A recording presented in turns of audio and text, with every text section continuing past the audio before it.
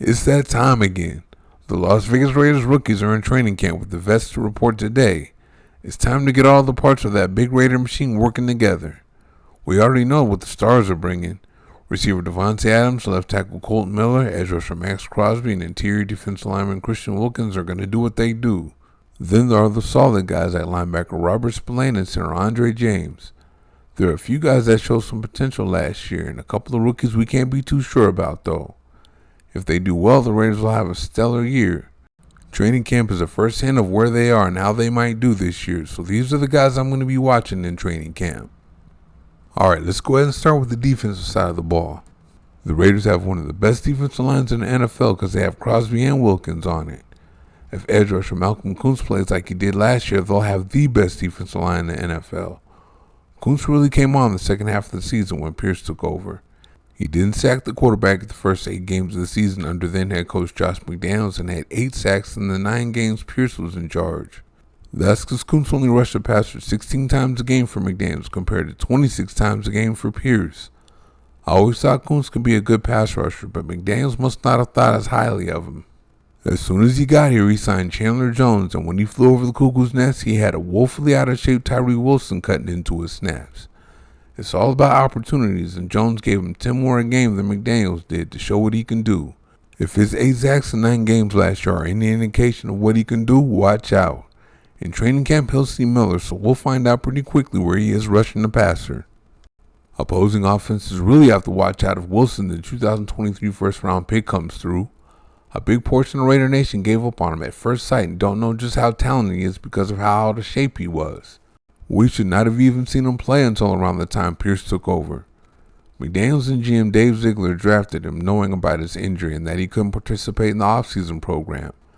The plan was to let him heal and bring him along very slowly. However, they rushed him back after Jones went left, and some of Raider Nation can't unsee what they saw. But at the end of the season, Wilson started to show just how phenomenally talented he is. His talent is right there on par with the Myles Garretts of the NFL with all the size, length, speed, and power he has. He got his first sack in Week 7 and got 3 more the second half of the season. He also had 18 pressures in the second half of the season to 6 the first half, so he got better. Now he's had a whole offseason, so we'll soon see what he has going against the likes of Miller in camp. One of the first things Pierce did when he took over as the interim head coach was acquire corner Jack Jones, whom he coached at Arizona State and high school. I thought it was a move that was going to give the Raiders depth at corner, but that wasn't the case at all. I don't know what buttons Pierce pushed, but he clearly pushed some buttons to get him going. Before he got cut by the New England Patriots, he gave up a passer rating of 136.6 when targeted. When he was with the Raiders the second half of the season, he gave up a passer rating of just 33.9. The man also had 2 interceptions, both of them returned for touchdowns. With the way the Raiders were rushing the passer along with coverage like this, it's no wonder why the Raiders had the #1 defense in the NFL over the second half of the season. We'll see where he is pretty quickly because he has to cover Adams, speedster Tre Tucker, and Jacoby Myers. He's going to get that work in training camp. If Jones is the same guy he was in 2023, the Raider defense will at least be as good as it was last year and stay #1 over the course of an entire 17-game season. This Raider defense will shut opposing offenses down quick if fellow corner Jakorian Bennett comes through too. I still believe the 2023 4th-round pick was a steal. He has the size and arm length to be a good press man corner. He also has superior athleticism with feet, fluid hips, 4.3 wheels, and a 40.5-inch vertical leap. His college production, his tape, and his athletic testing numbers were all on par with the corners that went in round 1. He had a good training camp last year and earned his starting spot but got off to a rough start. You expect that from a rookie though, right? Then just as he started to get the hang of things, he started getting injured. This is another guy that's supremely talented that just needs to play and get that experience. They say the biggest jump an NFL player makes is from year 1 to year 2, and Bennett was already getting better last year, so we just might see that. If we do, along with Koonce, Wilson, and Jones, the Raider defense can be special. We'll see where he is right away too, because he's getting that work from Adams, Tucker, and Myers just like Jones is. I'm keeping close tabs on Bennett. Now for the offense. As most of you know, I've wanted to see Thayer Munford take the right tackle spot since the Raiders drafted him in the 7th round in 2022. I always saw him as a steal. Keeping his word with his grandma and finishing school and being a team player in his last year in school ruined his draft status. Then he came to the Raiders and was in the battle with Jermaine Luminor for the right tackle spot as a rookie, and it went well into the season with the Luminor winning. In year 2, the battle went well into the season again with Mumford getting the nod when Pierce took over. He also looked very good when he started at left tackle in the place of an injured Miller. Now he's a leader in the clubhouse to be the starting right tackle, and I can't wait to see how he looks in training camp. We'll know where he is pretty soon in the process too, as he'll see Crosby for a countless amount of reps. All the so-called experts like the rest of the offensive line and see Mumford as the big question mark on it. If he shows up and gives Crosby that work right away, it'll change the way the experts as well as the NFL view the Raider offensive line. One guy very few so-called experts have questions about on that offensive line is guard Jackson Powers Johnson. He was projected to be a first-round pick but ended up sliding down to the Raiders in the second round. He was a center in college but was projected to go in the first round because of his physical dominance as well as his pass blocking skills. As a run blocker, he can come off the ball and maul you and mash on you in the power gap scheme. At the same time, Powers is athletic and able to get to the second level in the zone blocking scheme. That's what he ran a lot of back at Oregon and what he's going to run a lot of with the Raiders, so it's a good fit. I can't wait to see what he does in camp with the guys he has to face. Run blocking, he's going to get that work from interior defensive lineman John Jenkins. Pass blocking, he's going to get that work from Wilkins and fellow interior defensive lineman Adam Butler.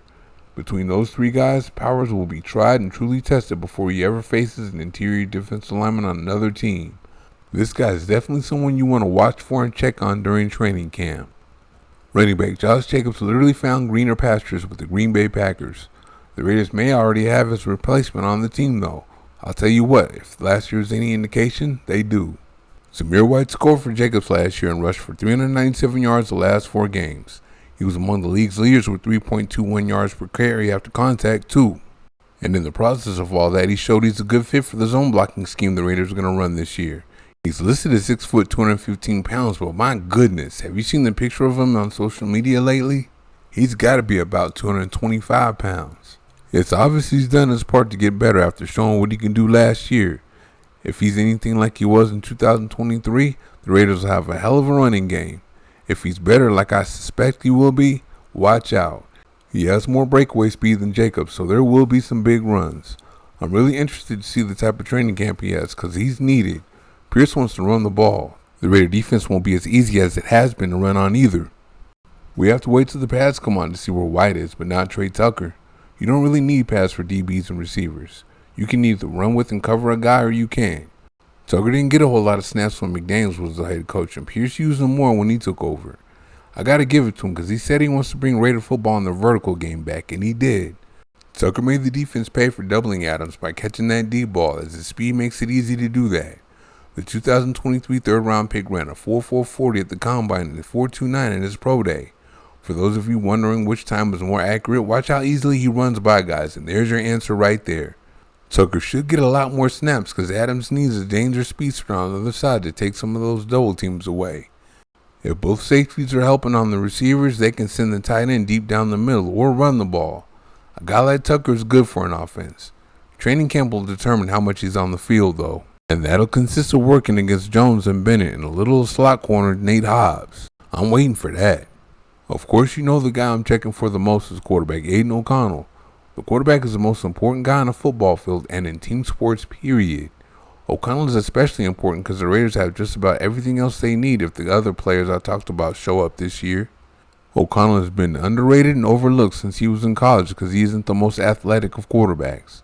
He has a lot of arm talent though, so he can get the ball to the weapons that he has at any level.